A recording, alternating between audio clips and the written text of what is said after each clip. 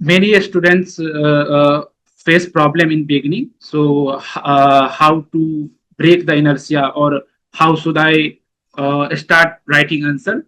They say that yes, I have understood that I have to write a good intro, a good body, a good conclusion, or I understand the question, but I do not know how to put my points in that question. So there are many frameworks which you can learn in the beginning, so that you do not face any inertia. Or if you have the content, then you can put them in a systematic manner. So I would presenting you some of them five frameworks. First of them is intro, body, conclusion part. This is a very simple framework that you have to write an intro, then body as per the demand of the question, and then conclusion, or a way forward type thing. Then second part is multi-dimensional thing. Suppose you do not uh, know any question, or you do not have sufficient content over any part of the problem that has been asked, then you can try to think multi-dimensionally. I would come on this framework later, how you can think multi-dimensionally. So then the third framework is cause impact solution framework. Fourth one being a stakeholder value decision framework, and this is very important in your GS4 paper. And then when you get matured, then you would be searching for the value enrichment, and then you would be asking how I make my answer better than other, or not looking like average. So I would talk on this, how you should enrich your answer to have an edge over your competitor, or to make your answer outstand among the crowd. So we would talk upon this later. So intro, body, conclusion is the simplest of the framework, where in the introduction part you would define the topic, then or you can add context to what have been asked. So there was the question on the governor. So you can define the topic with the help of article, some article in the constitution that have provided for the seat of the governor, or you can add context uh, which can substantiate, or which can give examiner a view that you are linking this question with the current context, and you have understood why this question has been asked. Uh, or you can show that current relevance, which is like adding context. Then in the body part, you would be writing 3 5 key points, and then illustrate it with the help of example. So writing multiple points which are of multidimensional nature become very important. And try to write 3 4 very good point in the beginning, so that when examiner check your copy, uh, they get good point according to the demand of the question in the beginning, and so that they can know that the student has sufficient knowledge, and they would give you good mark and move ahead. If you are writing average point in the beginning, and good point in the end, then it might be the cases or scenarios that your good points would get overlooked by the examiner. And that's why it's become very important that you organize your thought well, and then you put your key points in the beginning, and this would only come through practice. That's why I'm telling again and again that practice become very important in answer writing. And then you would writing about the conclusion part. In the conclusion, many students provide a way forward, or they gave a conclusion linking it with a article or some committee or anything like that, which not only add value to your answer, but it also shows that you have been able to link the question with your knowledge, and that gets rewarded in the UPSC. So second for framework was multidimensional framework. So many times there are questions, one or two questions in at least in every paper, where you would not have sufficient content, or you do not get hang much about what have been asked in the question, or you do not have many examples how to substantiate. In this case, try to think multidimensionally. Try to think how you can link this question with politics, how you can link this with social issues, how you can link this question with the economic part, how can link it with the ethical, and nowadays environmental angle also become very important along with the technological angle. In any question you can write that with the help of AI we can solve this issue, or with the help of AI we can be it would be very helpful to organize this problem. So if you do not have sufficient knowledge, or you do not have sufficient content over any question that has been asked, and this would happen very much in the beginning, then try to go multidimensionally. This pastel approach would help you very, very much.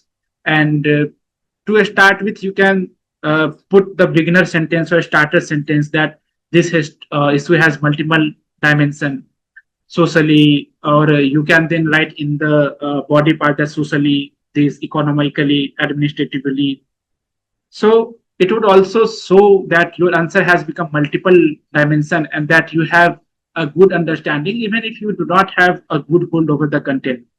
So in the beginning, try to master this approach while you would be brainstorming the question, or while you would be writing answer. Try to link it with as many dimension as you can. This would not make your answer very good, but it would also make examiner understand that you have good grasp over any issues and you have good understanding of it through various dimensions. So this was the second approach. In the third approach, which has cause impact solution. So this approach is mainly used in the questions which arises with or which start with challenges, or which has question like what should be the reform in any schemes. So in these questions, like what are the challenges of textile industry in India? So here you would try to link it with this framework that, okay, so the examiner has asked me about the challenges, so I can write the root cause of the challenge, or what has led to these challenges, and then you would write what are the impact of these challenges, or what are the impact of these crises. And do not ever end any question with only uh, cause or impact. Do provide the solution, do provide a way ahead. This shows, or this shows your problem solving nature, and this is what is being demanded by the UPSC. So any question which arises like this, challenges, crisis, failure, or asking about what reform should be done. So in this kind of question, you would be writing, or you would try to think through this approach. Then there is this stakeholder value option decision approach framework. It is mainly helpful for you in the GS4 part, where you would, and this is very much important or useful in the case studies part, where you would be writing any question with the help of stakeholders, values, and then there would be question, what are the options available to you, evaluate every option, and then you would be coming to decision part, that which options among the above I would be choosing, and then you would be providing the conclusion. So this approach or framework is mainly helpful in ethics paper. So if there is any question in the brainstorming part, we would talk on this more. And then the last thing comes about value enrichment structure. Like once you start writing a decent answer, then you would be searching for how to make your answer outstand in the crowd, or how to make it more lucid to be read by the examiner, or how could you make it more presentable. So in this case, maps, flowchart, and diagrams become very important. For example, suppose there is question in GS1 on history, or on the architecture part, then providing the map of the India, or providing the architecture of temple, or architecture of whatever has been asked in the question become very important. That not only make your answer more attractive, but it also break the monotonicity among the evaluator who is evaluating the company, or who is evaluating your copy. And it also is kind of a value addition to your answer. So if there is a question in GS1, then do try to draw a map. If there is a question on geography, about the distribution of resources or about any uh, issues, like there is on the question on flood or question on earthquake, then you should be drawing map which shows the spatial distribution of earthquake or a spatial distribution of resources in India, or if the question in the on the world, then you would write on the world level. So do draw map in GS1, and this would come with the practice. And then in many question in GS2, you would be drawing flowcharts or mind maps.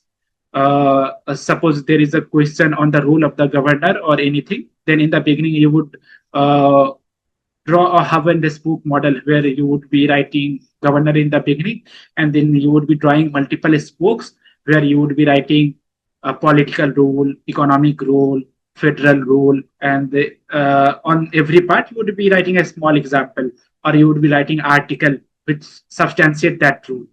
So these become very important, and this would give you that extra one or half mark, which become very crucial for you. Then there are questions like differentiate or compare. In those questions, if you have a clear understanding, then putting the comparison in the tables become more important, and it also become uh, more attractive and more presenting to the examiner, and that becomes more rewarding for you.